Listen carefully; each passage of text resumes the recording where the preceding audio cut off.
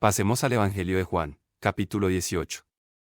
Jesús ha terminado su oración, que mencionamos la semana pasada debería titularse apropiadamente el Padre Nuestro.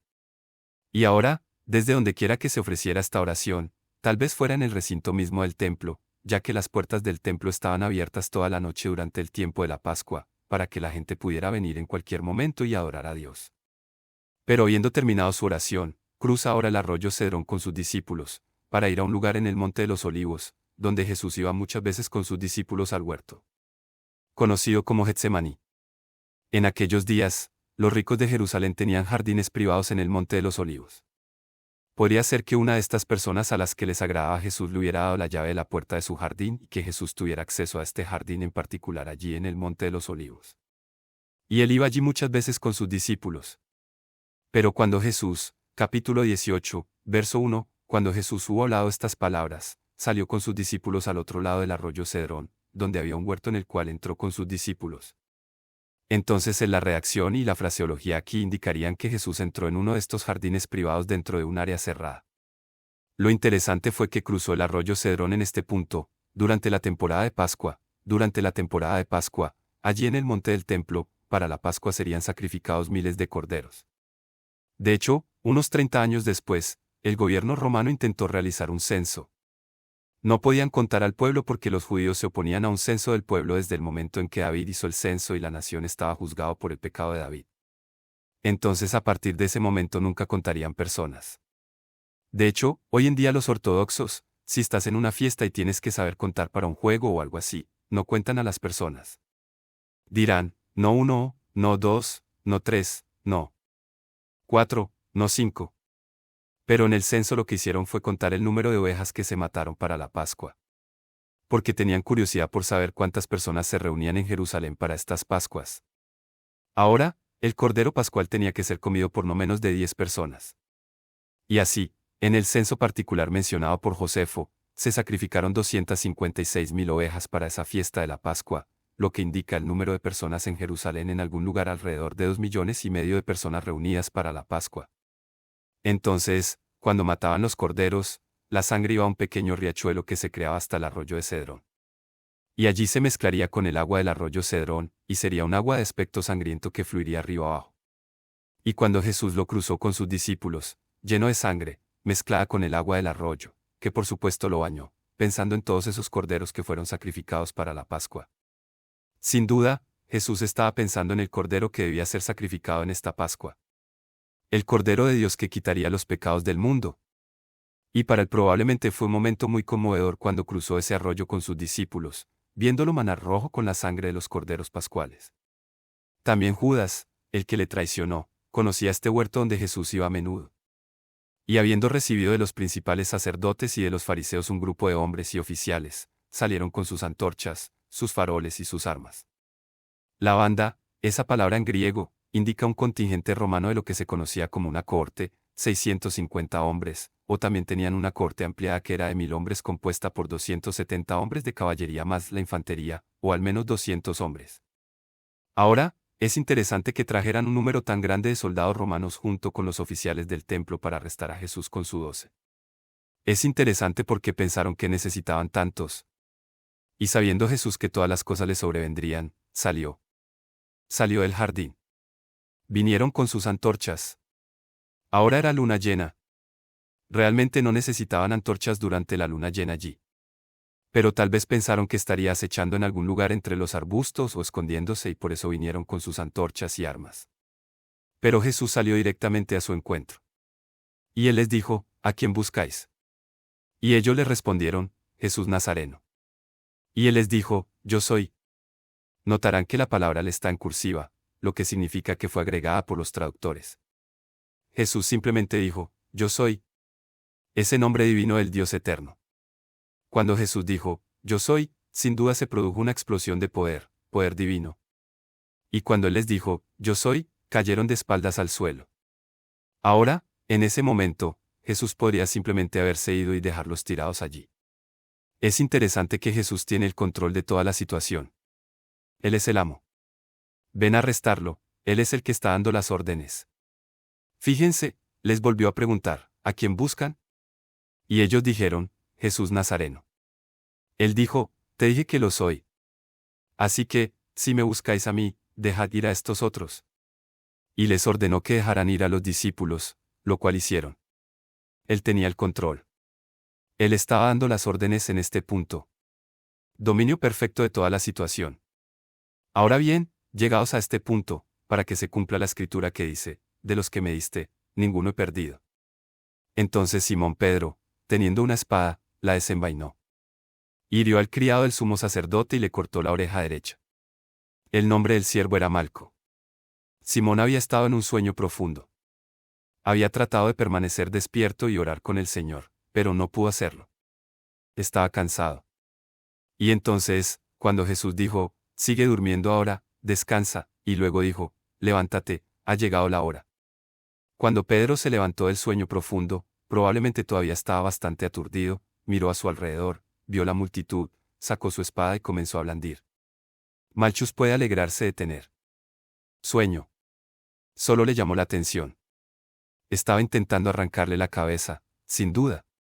Es interesante que el último milagro de curación que Jesús realizó, lo realizó para cubrir el acto fallido de uno de sus discípulos.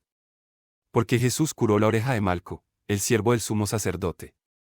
Ahora bien, Pedro es uno de los que somos propensos a criticar, porque en tan solo momento estará negando a su Señor a pesar de sus fuertes protestas anteriores de que nunca lo negaría, que moriría por él, pronto no lo será. Negándolo, y eran propensos a culpar a Pedro por su cobardía. Pero espera un minuto. Aquí se encuentran al menos 200 soldados romanos más los oficiales del templo. Y les diré, Pedro está listo para enfrentarlos a todos para defender a Jesucristo. Eso no es cobardía.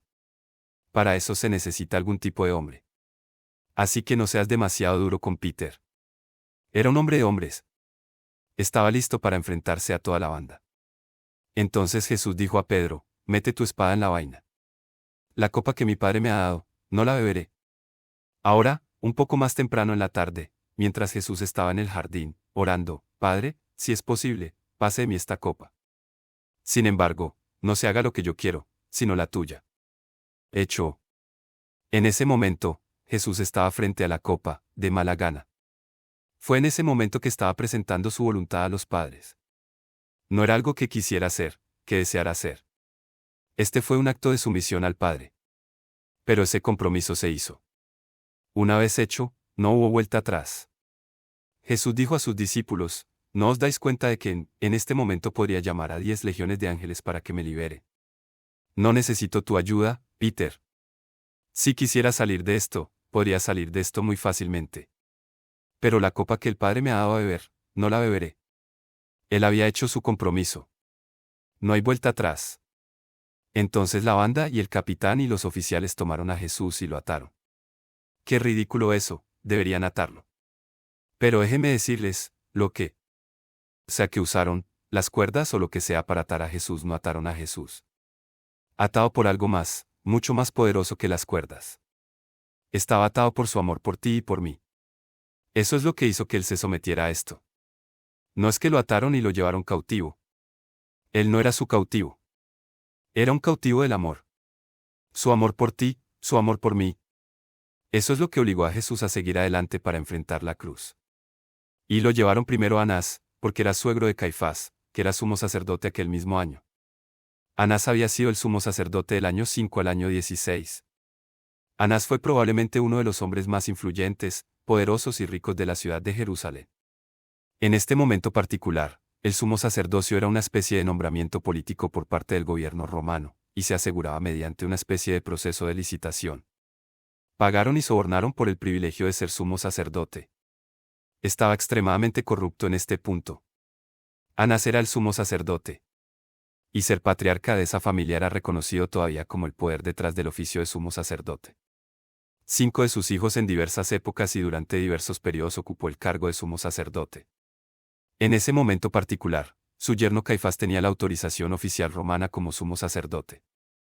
Pero el pueblo todavía consideraba a Anás como el sumo sacerdote, y él era el poder detrás del trono.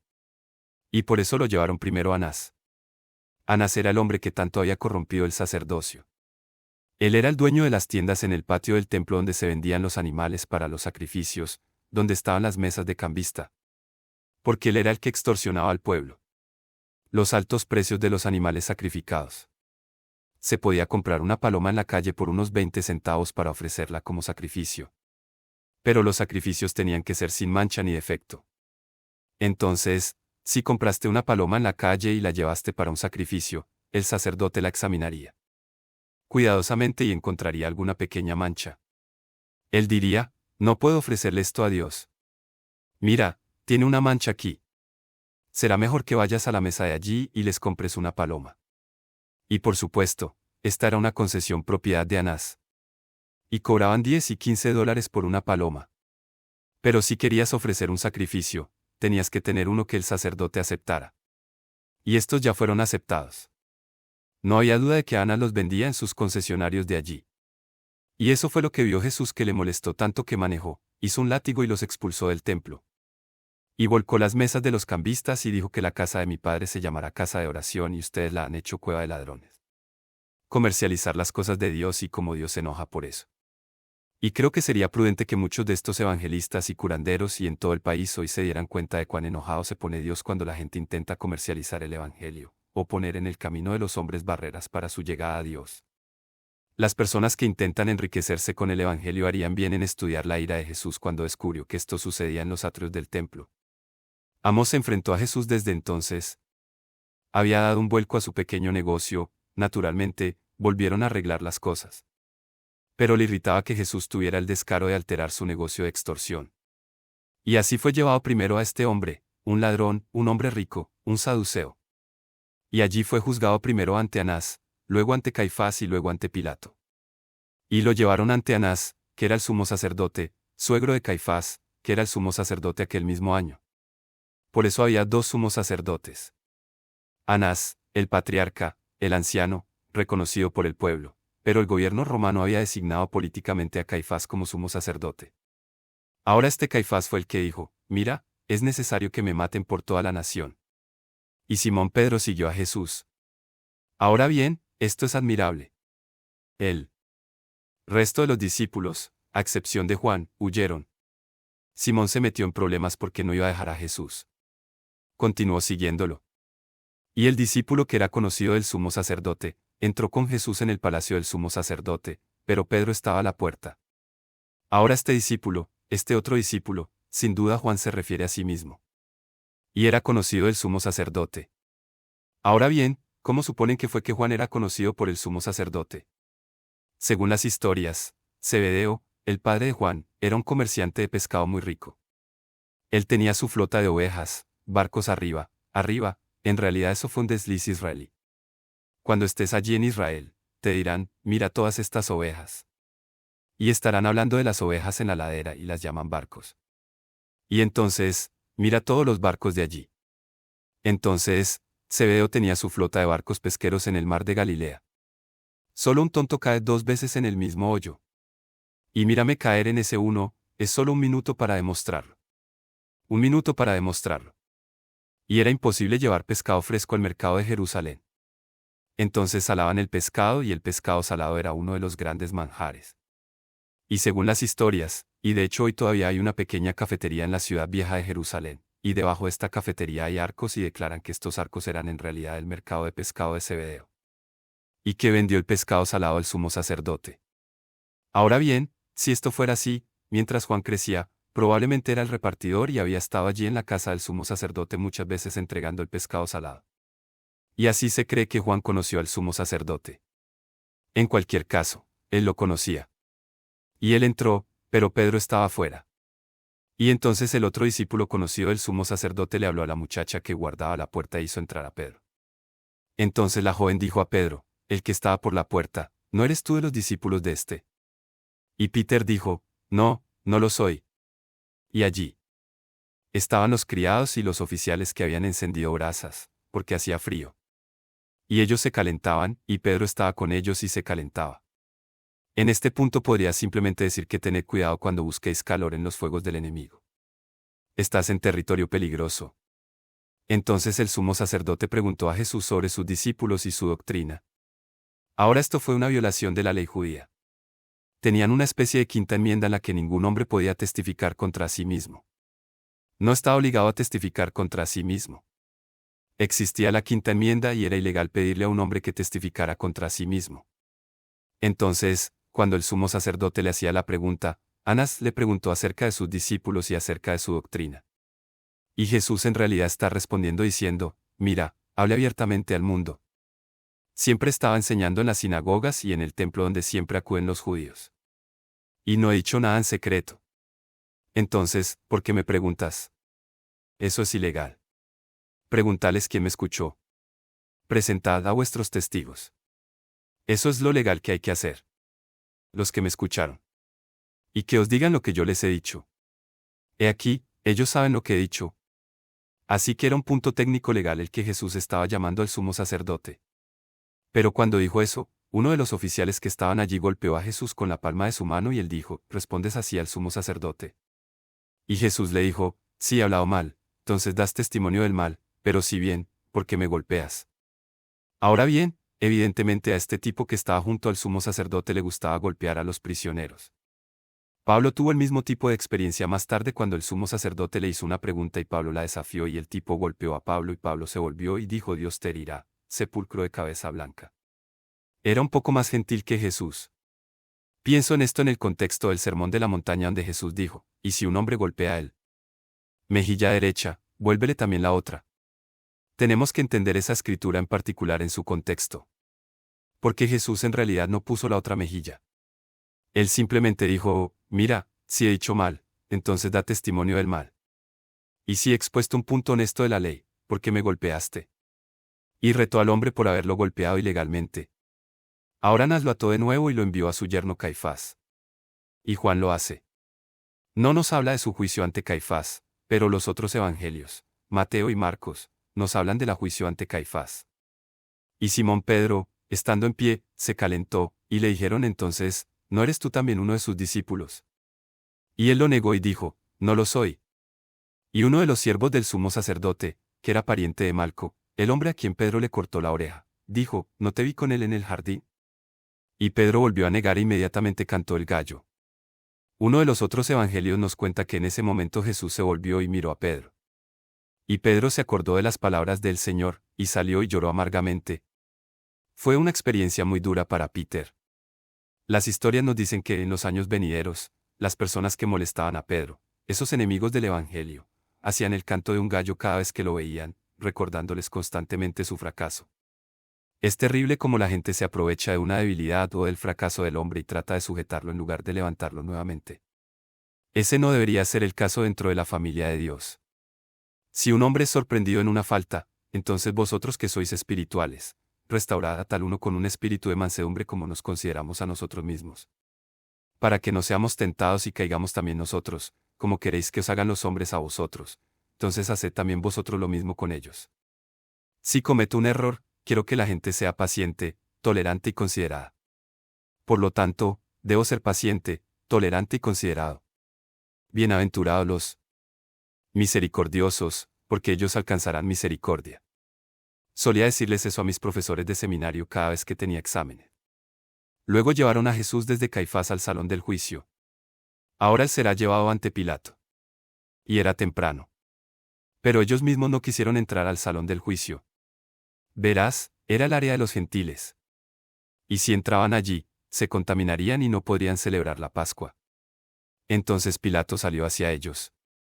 Interesante, cuán corruptos y malvados eran y, sin embargo, meticulosamente religiosos. Es terrible lo meticulosa que puede ser una persona en los rituales de un sistema religioso y, sin embargo, tan interiormente corrupta. Oh, pero, ya sabes, no puedo hacer eso, porque va en contra de mis principios religiosos, ya sabes, comer carne el viernes o algo así. Por supuesto, eso se ha eliminado ahora.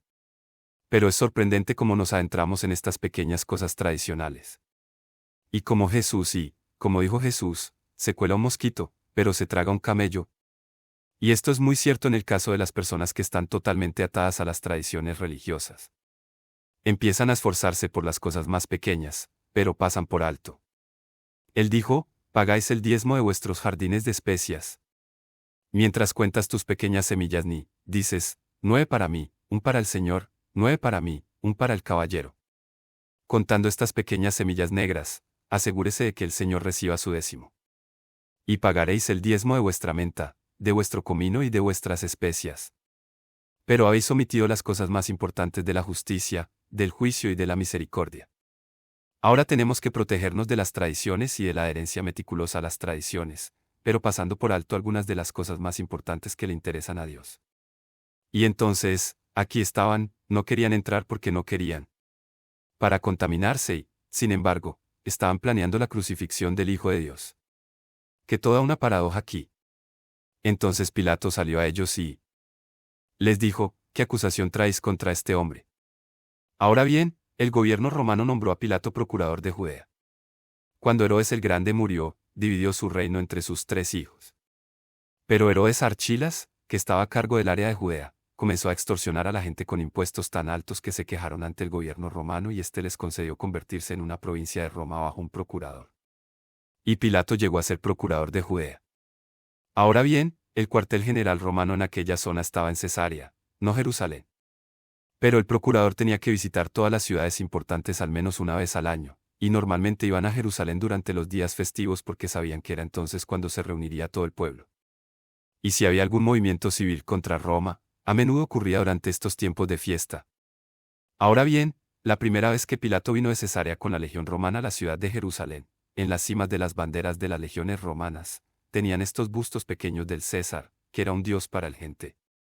Los césares asumieron la posición de dioses. Y entonces los judíos se opusieron a que los romanos entraran con estas banderas con un pequeño busto dorado de los césares en la parte superior. Y los otros procuradores habían accedido a los judíos y no habían colocado estos pequeños bustos en la cima de sus dioses. Pero Pilato no estaba dispuesto a ceder ante sus supersticiones. Y entonces los soldados romanos bajo el mando de Pilato marcharon directo a Jerusalén con estos pequeños estandartes en lo alto de sus banderas. Y esto enfureció tanto a los judíos que comenzaron a molestarlo por esta acción, para no volver a hacerlo. Y lo siguieron hasta Cesarea y continuaron molestándolo. Y entonces ordenó que se reunieran todos en la arena allí en Cesarea y les hizo cerrar las puertas y luego dijo, está bien, ahora deja de molestarme o te voy a matar. Haré que los soldados te maten. No quiero que me molestes más con este tema. Y todos los judíos se inclinaron y se quitaron los collares y dijeron, adelante, mátenos. ¿Sabes? No queremos que lo hagas. Eso de nuevo. Bueno, a pesar de lo frío que era Pilato, no podía permitir que estos tipos fueran asesinados así, indefensos, así que capituló y cedió en este tema. Pero claro, Pilato simplemente no tuvo paciencia con sus tradiciones. Y nuevamente, violó algunas de sus tradiciones y apelaron al emperador y el emperador estuvo de acuerdo con el pueblo y anuló a Pilato. Según el Senado romano, querían que los procuradores mantuvieran las provincias lo más pacíficas posible, pero Pilato no era ese tipo de personalidad que simplemente se inclinaba o consentía. Y entonces estaba teniendo los problemas y un informe más al emperador no serían buenos para su historial. Entonces salió Pilato y dijo, ¿qué acusación traes contra este hombre? Y le dijeron, si no fuera un malhechor, no te lo habríamos entregado. Pilato les dijo, entonces llévenlo y júzguenlo según sus propias leyes. Quiero decir, Pilato no quería que le molestaran con esto. No quieren hacer cargos reales. Ahora la acusación contra él era blasfemia. ¿Recuerdas que el sacerdote dijo, eres entonces hijo de Dios? Y él dijo, tú lo dices. Y él dijo, ¿para qué tenemos más testigos? Le hemos oído decirlo con su propia boca. Blasfemia. ¿Qué dices? Es culpable de muerte. Pero no podían presentar este cargo de blasfemia ante Pilato. Y él decía, vete. Entonces tuvieron que presentar otros cargos ante Pilato. Está incitando a la gente a rebelarse contra Roma. Eso es mentira, cargos mentirosos. Pero Pilato realmente no amaba a esta gente. Ya lo habían quemado. Y no tenía paciencia con sus sentimientos religiosos. Y entonces cuando dijeron, si él sí no fuera un malhechor, no lo habríamos traído. Pilato entonces dijo, entonces adelante y juzgadlo según vuestras propias leyes. No vas a jugar con estos tipos. Entonces los judíos le dijeron, no nos es lícito matar a nadie. Ahora bien, este derecho, a la pena capital les había sido quitado a los judíos apenas un par de años antes. Según el Talmud, el gobierno romano le quitó el derecho a la pena capital 40 años antes de la destrucción de Jerusalén, que fue destruida en el año 70 DC, lo que significa que en el año 30 DC el gobierno romano les quitó a los judíos el derecho a la pena capital. Y esto es justo 2 años antes de la crucifixión de Jesús, cuando a los judíos se les quitó la capital, el derecho a la pena capital, muchos de los líderes se vistieron de cilicio, con ceniza en la cabeza, y andaban enlutados por las calles de Jerusalén, y decían, Dios ha faltado a su promesa y a su palabra. Y se lamentaron por el fracaso de Dios en cumplir su palabra. Porque Dios había prometido mediante la profecía de Jacob que el cetro no será quitado de Judá hasta que venga el Mesías. Y cuando en el año 30 el gobierno romano le quitó el derecho a la pena capital, eso equivalía a quitarle el cetro al pueblo. Y se lamentaron y dijeron, Dios falló su promesa. Lo que no se dieron cuenta es que Dios había cumplido su promesa. Él estaba viviendo entre ellos en ese mismo momento. El Mesías había llegado. Simplemente no lo reconocieron. No hubo necesidad de sus procesiones fúnebres. Dios había cumplido su palabra. Pero el derecho a la pena capital fue abolido en el año 30 por el gobierno romano. Y entonces dijeron, no tenemos el derecho. No nos es lícito condenar a un hombre a muerte. Entonces Pilato entró otra vez en la sala del juicio y llamó a Jesús y le dijo, ¿eres tú el rey de los judíos? Y Jesús dijo, ¿quieres saber esto por ti mismo? ¿O otros te hablaron de mí? ¿Es esto realmente algo que quieres saber o es simplemente algo que has oído? Sabes que hay muchas preguntas que la gente hace y realmente no quieren una respuesta. Solo quieren un argumento. Hay preguntas honestas y preguntas deshonestas. Me tomaré todo el día para responder una pregunta honesta. No tengo tiempo para preguntas deshonestas. Y hay quienes siempre hacen preguntas deshonestas. Y no tengo paciencia con las preguntas deshonestas. La gente realmente no quiere una respuesta a su pregunta. Solo quieren una discusión. Y hay ciertas preguntas sencillas que me he hecho y que sé que solo están diseñadas para presentar un argumento. Y sé exactamente de dónde vienen después de haber hecho la segunda o tercera pregunta. Y saber exactamente de dónde vienen. Y puedo volverme muy parecida a Rumein muy rápidamente cuando tengo un interrogador deshonesto. Jesús le preguntaba a Pilato, ¿realmente quieres saberlo? ¿O quieres una discusión? ¿Alguien más te dijo esto de mí o realmente lo estás preguntando? Pilato dijo, soy judío. Tu propia nación y el sumo sacerdote te han entregado a mí. ¿Qué has hecho? Jesús le respondió, mi reino no es de este mundo. Me preguntas si soy rey. Sí. Pero mi reino no es de este mundo. Si mi reino fuera de este mundo, entonces mis servidores pelearían para que yo no fuera entregado a los judíos. Pero ahora mi reino no es de aquí. Entonces Pilato le dijo, entonces eres rey. Y Jesús respondió, tú dices que soy rey. O más literalmente, lo dijiste, soy rey para este fin. Yo nací y para esto vine al mundo para dar testimonio de la verdad, y todo aquel que es de la verdad oye mi voz. Pilato le dijo, ¿qué es la verdad? En este punto Pilato se mostró muy cínico después de sus encuentros con los judíos y los problemas que había enfrentado como procurador de esta zona. Y creo que fue una cuestión de cinismo. Lo que es verdad. Y dicho esto, salió otra vez donde los judíos y les dijo, no encuentro en él ningún delito, pero tenéis costumbre que os suelte uno en la Pascua. ¿Queréis, pues, que os suelte al rey de los judíos? Entonces todos volvieron a llorar, diciendo, no sino Barrabás. Ahora Barrabás era un ladrón. Así que aquí está el primer intento de Pilato de liberar a Jesús. Debido a la costumbre de la Pascua para que el gobierno romano mostrara favor al pueblo, debía liberar a un prisionero. Y entonces trató de liberar a Jesús como prisionero de la Pascua. Pero ellos lloraron por Barrabás. Entonces Pilato buscó por segunda vez liberar a Jesús haciendo que lo azotaran, esperando que el horrible y brutal castigo de los azotes fuera suficiente para la sed de sangre que tenía esta gente. Entonces Pilato tomó a Jesús y lo azotó. Los azotes eran unos azotes que se daban a examinar a los prisioneros. Era una técnica de tercer grado del Imperio Romano. No tenían amnistía en aquellos días ni derechos humanos. Tenían un tercer grado que fue totalmente despiadado. Ataban a un prisionero a un poste de modo que la espalda quedaba estirada y luego con un látigo de gato de 9 colas, un látigo de cuero con pedacitos de vidrio y plomo incrustados diseñado para desgarrar la carne, colocaban el látigo a lo largo. La espalda del prisionero 39 veces. 40 es el número del juicio. 39 el número de la misericordia. Entonces juicio debe ser templado por la misericordia. Entonces pondrían 39 franjas.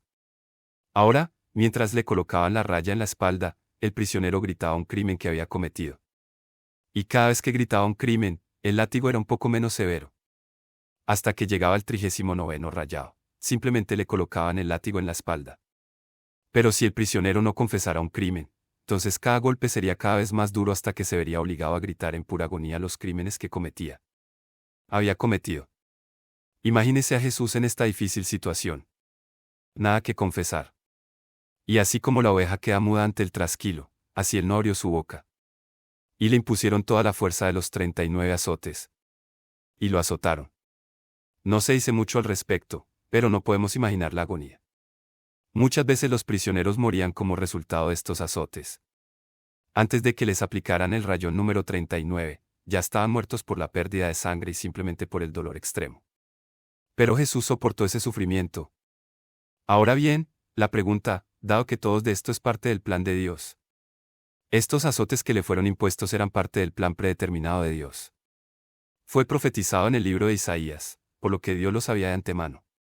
Si lo sabía de antemano, lo planeó de antemano.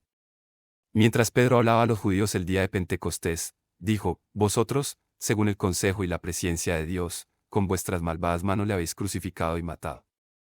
Según el consejo y la presciencia predeterminados de Dios, con vuestras malvadas manos lo crucificasteis y lo matasteis.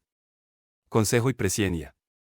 Ahora bien, ¿por qué Dios, en su consejo predeterminado, determinaría que Jesús no solo debía morir esa horrible muerte en la cruz, sino también ser azotado? Recibe las rayas. Volviendo a la profecía de Isaías. Él fue herido por nuestras transgresiones, molido por nuestras iniquidades. El castigo de nuestra paz recayó sobre él. Y por sus llagas sois sanados. Estáis curados. Jesús definitivamente estaba allí haciendo provisiones para la sanidad de su pueblo. Creo que esa sanación va más allá de la sanación espiritual. No creo que se pueda negar que también existe la curación física. Involucrados a través del sufrimiento de Jesús. Evangelio de Mateo, capítulo 8, y le trajeron muchos que estaban enfermos y afligidos de diversas clases de enfermedades. Y sanó a todos, para que se cumpliera la escritura que dice que Él llevó en su cuerpo nuestros sufrimientos. De modo que cuando Pablo estaba escribiendo a la iglesia acerca de tomar la cena del Señor, les dijo, hay muchos de vosotros que estáis débiles y enfermos porque no entendéis el cuerpo del Señor. Jesús tomó el pan y lo partió y dijo, este es mi cuerpo partido para ti. Los de Corinto, muchos de ellos estaban enfermos porque no entendían la provisión que Dios había hecho para ellos a través de los azotes de Jesús. Y lo azotó. Y los soldados trenzaron una corona de espinas, y se la pusieron en la cabeza y le pusieron un manto de púrpura y dijeron, salve, Rey de los judíos. Y lo golpearon con sus manos. Jesús ya había sufrido un tremendo azote en casa de Caifás. Allí le pusieron una manta sobre la cabeza. Y con esta bolsa en la cabeza comenzaron a golpearlo. Ahora, eso es cruel. Estamos diseñados de manera aterradora y maravillosa, y estamos diseñados para tener acciones reflejas automáticas. Y cuando vemos venir un golpe, automáticamente reaccionamos para protegernos de ese golpe desmayándonos y siguiendo el golpe, amortiguándolo así. Y mientras ves venir el golpe, es sorprendente lo que puedes absorber. Siempre y cuando tu cuerpo sea capaz de verlo venir y puedas compensarlo, amortiguarlo, relajarte y fluir con ello. Ves a estos mariscales de campo, ya sabes, estos grandes tacals viejos entran y simplemente los masacran. Y piensas, hombre, él nunca se levantará y se pone de pie de un salto y corre hacia la reunión. Vio venir al tipo. Donde realmente se lastiman es cuando los toman por sorpresa. No son capaces de prepararse. Y ahí es donde se rompen las costillas. Ahí es donde se rompe la clavícula. Ahí es donde realmente te lastimas, cuando te toman por sorpresa porque tu cuerpo no responde. Es que no tienes esta oportunidad de acción refleja. Puedes bajarte de una acera y romperte la pierna. Si no conoces la acera está ahí. Debido a que no has configurado tu cuerpo para que reaccione a esa altura y solo a la altura de un escalón, puedes romperte la pierna simplemente bajando con fuerza sin saber que el escalón está ahí. Entonces, al cubrirle los ojos a Jesús, al cubrirle la cabeza y luego golpearlo, no hay posibilidad de desmayarse o de responder, y recibes toda la fuerza del golpe. No sabes qué viene, Sam. Y eso duele. Él ya había sufrido ese tipo de abuso. Es sorprendente cómo los animales se molestan con uno que ya está caído. ¿Has oído hablar del picoteo de las gallinas?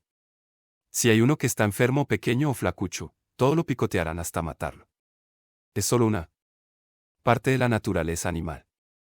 Y el hombre sin Dios no es más que un animal. El hombre lo reconoce. Y aquellos hombres que están sin Dios hablan de la forma altamente evolucionada de vida animal. Y miran al mono y se quitan el sombrero ante su antepasado. Porque naturalmente se relacionan con el reino animal. Porque viven como animales separados de Jesucristo. Hasta que esa dimensión espiritual de tu vida esté abierta a través de Jesucristo, ya no eres que un animal. Y estos hombres como animales, al ver a Jesús ya maltratado, no se contentaron, sino que continuaron con esta persecución impía de un hombre justo. Con el rostro ya magullado, hinchado, ensangrentado por los golpes de Caifás, continuaron el abuso golpeándolo, poniéndole la corona de espinas, burlándose de él.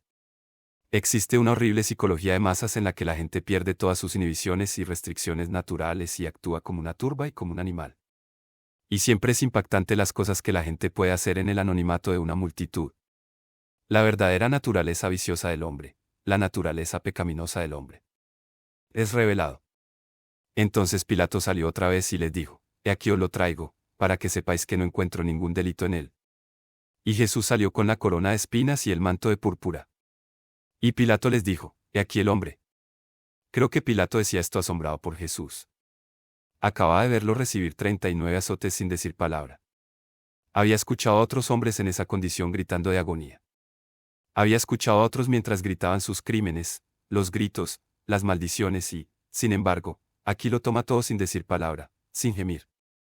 Y estoy seguro que en este punto Pilato quedó totalmente impresionado, la naturaleza real de Jesús, cómo resistió los golpes. A toda esta horrible escena. Y estoy seguro que el corazón de Pilato se llenó de asombro y reverencia. Y él dijo: He aquí el hombre. Y estoy seguro de que Pilato pensó: Nunca he visto un hombre así en toda mi vida. Observen al hombre. Todo el hombre.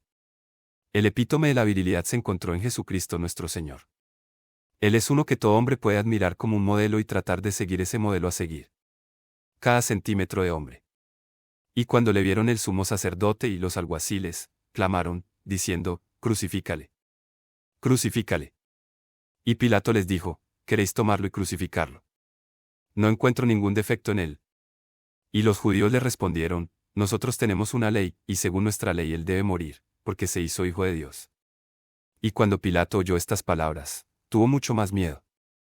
Y volvió a entrar en la sala del juicio, y le dijo a Jesús: ¿De dónde vienes? Pero Jesús no le respondió. Entonces Pilato le dijo: ¿No me respondes? ¿No sabes que tengo poder para crucificarte y poder para soltarte? Entonces Jesús respondió: No tendrías ningún poder contra mí, si no te fuera dado de arriba. Por tanto, el que liberó yo a ti tiene mayor pecado. Pilato, tú tienes un pecado, pero ellos tienen un pecado mayor. Y desde entonces Pilato procuraba soltarle, pero los judíos gritaban diciendo: Sí. Dejas ir a este hombre, no eres amigo de César, porque cualquiera que se hace rey habla contra César. Ya ha perdido una pelea contra César. La próxima pelea le costará su reino. El pasado de Pilato se está recuperando con él. Y entonces, cuando Pilato oyó esa palabra, sacó a Jesús, y se sentó en el tribunal en el lugar que se llama el pavimento. En hebreo se llama Gabbata. Y era la preparación para la Pascua. Alrededor de la hora sexta, es decir, alrededor de las 9 de la mañana. Y dijo a los judíos: Esto es en el calendario romano, he aquí vuestro rey. Pero ellos clamaron: fuera con él, crucifícale. Y Pilato les dijo: Crucificaré a vuestro rey.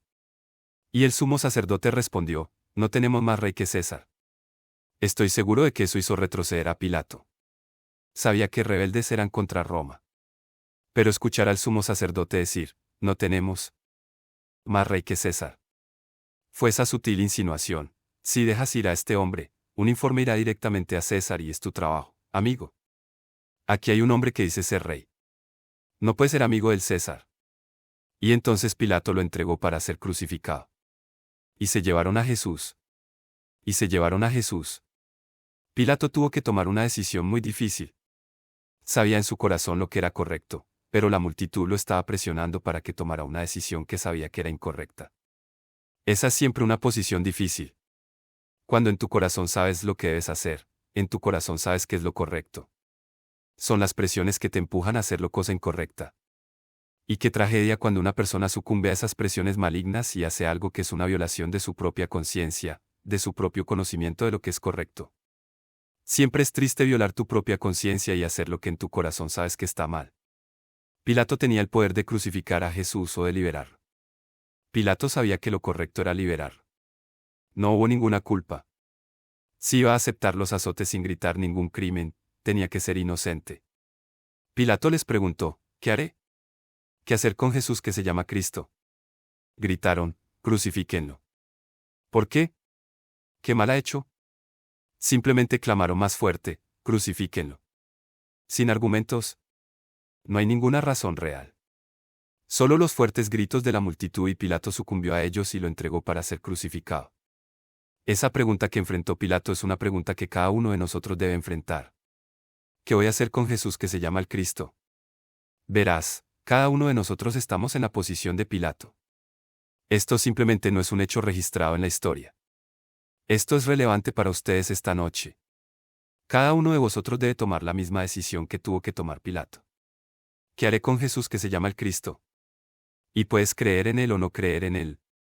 Pero a todos los que creyeron en él, les dio potestad de ser hijos de Dios, aun a los que creyeron en su nombre. ¿O no puedes creerlo? Puedes confesarlo o puedes negarlo. Y si me confesáis delante de los hombres, dijo Jesús, yo os confesaré delante de mi Padre que está en los cielos. Pero si lo niegas yo delante de los hombres, también os negaré delante del Padre en presencia de los santos ángeles. Puedes recibirlo o rechazarlo. ¿Qué harás con Jesús que se llama Cristo? Ahora bien, aquí hay una paradoja interesante. Como les dije, Jesús era quien tenía el control de toda la escena.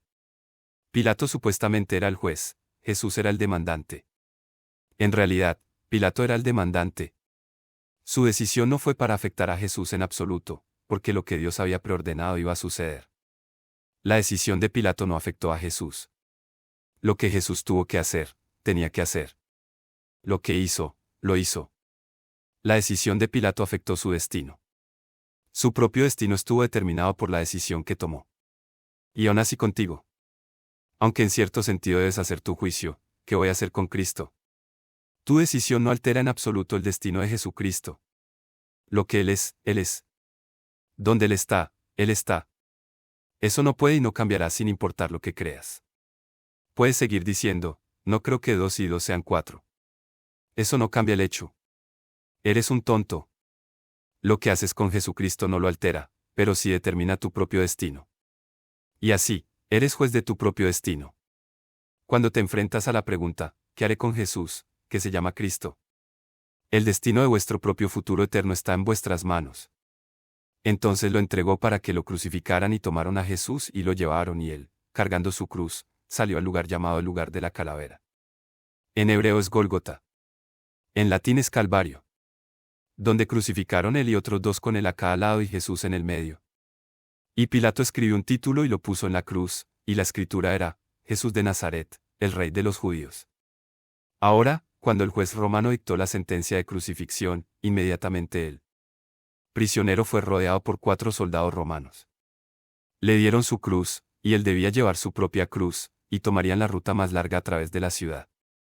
Delante del prisionero marcharía otro soldado romano con la acusación contra el prisionero del crimen por el cual estaba siendo crucificado.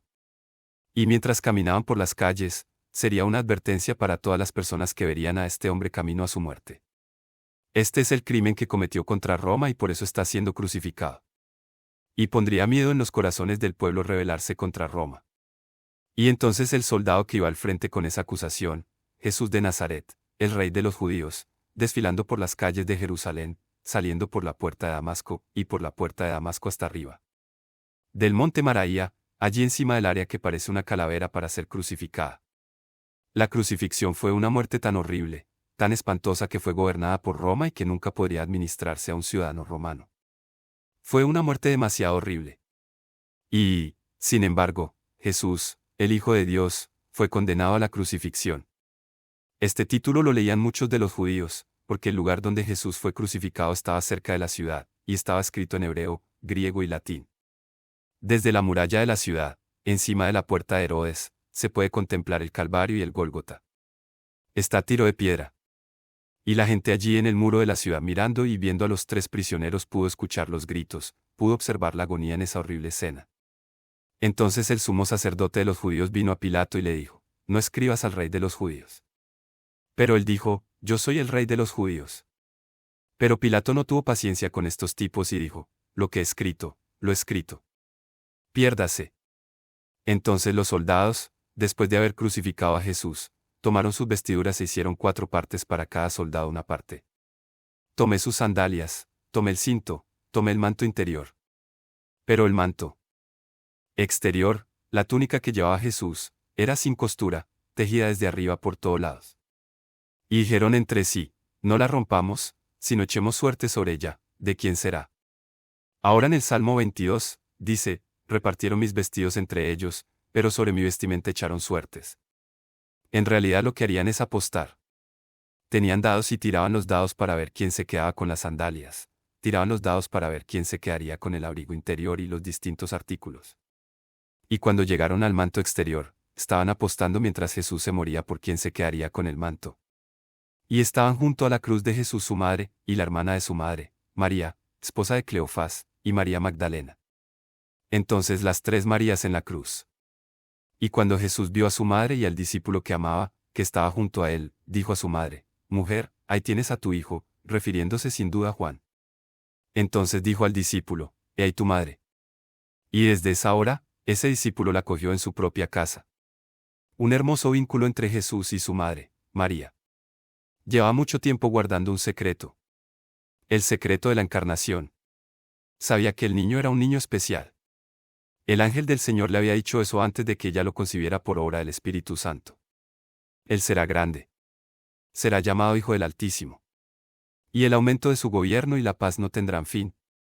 Mary enterró eso en su corazón preguntándose qué clase de niño es este. Va a ser. Y cuando José y María lo trajeron al templo para ser presentado al Señor, este anciano Simeón, un hombre piadoso, y el Señor le había dicho, Simeón, no morirás hasta que hayas visto al Mesías. Y como María y José venían con el niño, él lo tomó en sus brazos y dijo, oh Dios, deja ahora que tu siervo se vaya en paz porque he visto tu salvación. Pero se volvió hacia María y le dijo, habrá una espada que traspasará tu alma. Y correcto ahora, María estaba entendiendo de qué estaba hablando cuando esa espada de dolor atravesó su alma. Al ver a su hijo allí en la cruz. María parada allí, cerca de la cruz, para ver el final. Si me colgaran en la colina más alta, oh madre mía, sé de quién sería el amor que me seguiría todavía. Ay, madre mía, oh, madre mía. Y allí estaba María de pie. Y Jesús, aunque en este periodo de agonía de gran dolor, se preocupó de cuidarla. Mujer, he ahí a tu hijo, indicando Juan, he ahí a tu madre, y desde aquel momento Juan la acogió en su casa. Sin duda José ya estaba muerto. Y los hermanos de Jesús en ese momento no creían en él.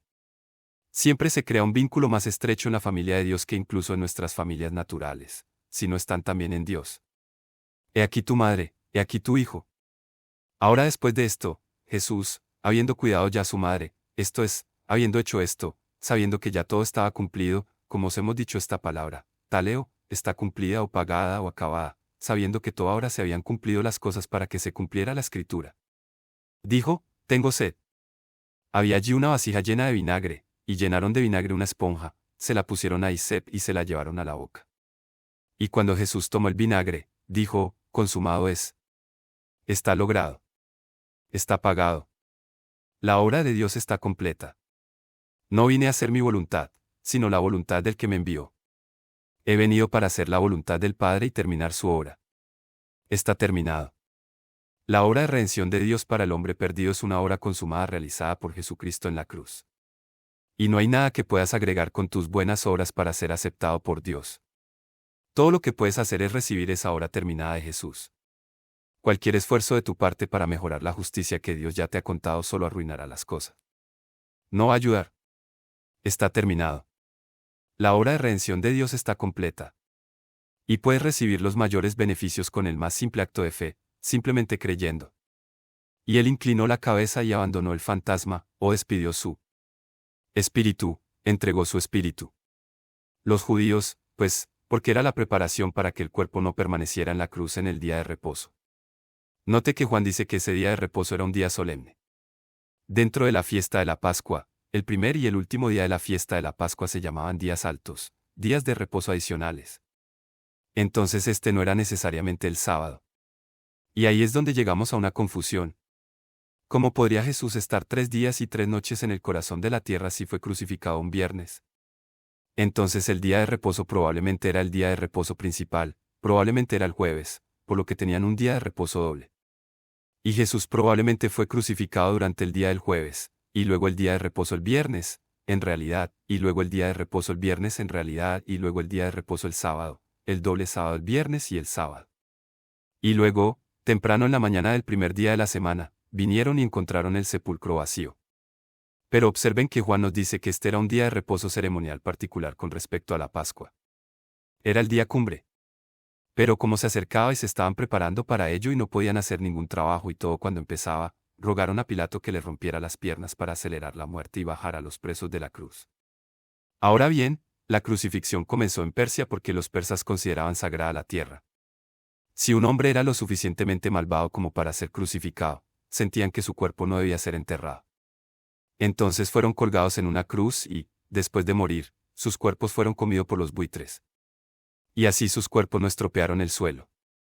Y, por lo general, no enterraban a los crucificados, sino que los dejaban a los buitres y a los perros. Y los judíos, sin embargo, sí enterraban a los que eran crucificados, pero los romanos en general no lo hacían, los cartagineses no, ni los persas que originaron la crucifixión, sino que los dejaban allí colgados hasta que eran consumidos por los buitres y los perros. Ahora querían romperles las piernas para acelerar la muerte y poder bajarlas antes del sábado. Y vinieron soldados y quebraron las piernas al primero y al otro que estaba crucificado con Jesús. Pero cuando llegaron a Jesús, vieron que ya estaba muerto y no le quebraron las piernas. Jesús había dicho antes, nadie me quita la vida. Estoy dando mi vida. Tengo el poder de darlo y tengo el poder de retomarlo. Entonces dio su vida. Despidió su espíritu antes de que los soldados llegaran allí con una lanza. Ya estaba muerto. Se maravillaron de que ya estuviera muerto. Y entonces no le rompieron las piernas. Eso fue importante desde un punto de vista profético porque las escrituras dicen que ni un hueso suyo será quebrado. Verá, estaba muriendo como un cordero de sacrificio de Dios. Ahora bien, no debían ofrecer un cordero que tuviera algún defecto o mancha o algún hueso roto. Dios no quería que supieras que tienes un viejo cordero enfermo. Bueno, se rompió una pierna y se va a morir. Hagamos un sacrificio a Dios con esto. Dios dice, de ninguna manera, no me des tus traspasos ni tus descartes. Y entonces, bajo la ley, no podían dar un cordero que tuviera una mancha o un defecto. No podían dar un cordero que tenía los huesos rotos. Dios conocía la naturaleza del hombre, como somos propensos a desecharle cualquier cosa, reservando lo mejor para nosotros. Y Dios dice que no, y así Jesús, para cumplir el tipo del cordero sacrificial, no podía tener un hueso roto. Y fue profetizado que ni un solo hueso de él será quebrantado. Ahora, agregue uno de esos soldados, ya sabe, blandió el mazo y se rompió la pierna de todos modos. Entonces tendríamos que decir, bueno, será mejor que busquemos otro Mesías. Jesús no puede ser el Mesías. Sus huesos estaban rotos. Oh, Dios estaba ahí para protegerme de tal accidente. Y en lugar de romperle el hueso, tomó su lanza y se la metió en el costado para que se cumpliera la escritura que hablaba de que le traspasarían el costado. No hubo huesos rotos, pero le traspasaron el costado. Y así se cumplió la profecía, y no necesitamos buscar más un Mesías. De hecho, Jesús cumplió todas las profecías. Se cumple, se realiza, se paga, se cumple. Ahora estos se hicieron cosas que las escrituras, pues a ver, uno de los soldados con una lanza le traspasó el costado, y salió sangre y agua. Y el que lo vio, es decir Juan, yo estaba allí parado, y lo vi. Él tiene constancia y su constancia es verdadera. Y él sabe lo que dice, que es verdad. Y lo escribo, dijo, para que creáis. Y on dijo, mira, yo estaba allí. Yo lo vi. Sé lo que vi. Doy constancia de la verdad de lo que vi y os lo escribo para que podrías creer. Porque estas cosas fueron hechas para que se cumpliera la escritura. No se le romperá ningún hueso. Y otra vez otra escritura dice y mirarán al que traspasaron. Esas profecías particulares, mirarán a aquel a quien traspasaron. Es una palabra hebrea diferente a la palabra usada traspasaron sus manos y sus pies. Es un piercing con una espada. Y mirarán al que traspasaron. Es una palabra hebrea diferente a la palabra usada. Le traspasaron las manos y los pies. Es un piercing con espada y mirarán al que traspasaron. El hecho de que salieran sangre y agua lo indica. Si se hubieran realizado, habrían descubierto que Jesús murió de un corazón roto. Porque cuando el corazón se rompe, una sustancia tipo agua llena un saco alrededor del corazón. Y cuando le metieron la lanza en el corazón y se la sacaron, el agua y la sangre indican muerte por un corazón roto, o se podría decir un corazón roto. Un corazón que estaba quebrantado por el pecado del mundo. Y después de esto José de Arimatea, siendo discípulo de Jesús, pero en secreto por miedo a los judíos. Supongo que hoy en día hay muchos discípulos secretos. Por miedo a los chicos del trabajo, burlados de ellos y todo. Pero siempre me gusta cuando los discípulos salen del armario. Y rogaron a Pilato que se llevara el cuerpo de Jesús. Y Pilato le dio permiso. Y vino, pues, y tomó el cuerpo de Jesús.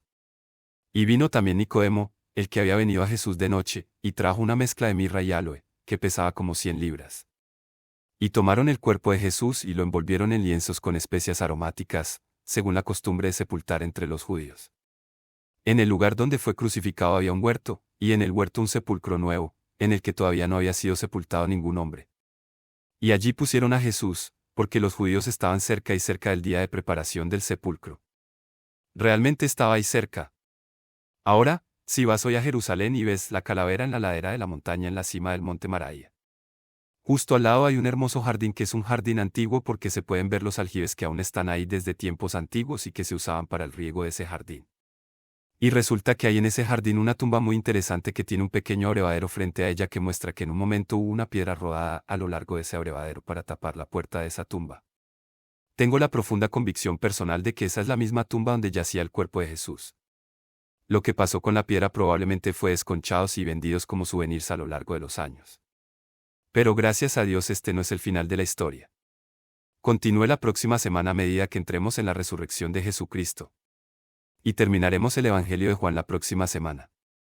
Y luego entraremos en ese apasionante libro de los Hechos de los Apóstoles mientras continuamos nuestro viaje a través de la palabra de Dios estudiando para mostrarnos aprobados ante Dios. Dividiendo correctamente la palabra de verdad. Qué importante que conozcamos la palabra de Dios. Y así continuando a través de la palabra la próxima semana, terminar el Evangelio de Juan. Que el Señor esté contigo y te cuide esta semana. Que tengas un hermoso encuentro con Dios. Así como el amor de Dios nos fue manifestado a través de la muerte de Jesucristo, que Dios te manifieste su amor esta semana de maneras especiales para que obtengas esa hermosa calidez al comprenderlo. Oye, Dios me ama, Él sabe todo sobre mí y que de ese reconocimiento surgirá esa respuesta natural automática, oh Dios, te amo. Y que puedas entrar en una relación profunda y amorosa con Dios mientras caminas con Él esta semana. En el nombre de Jesús.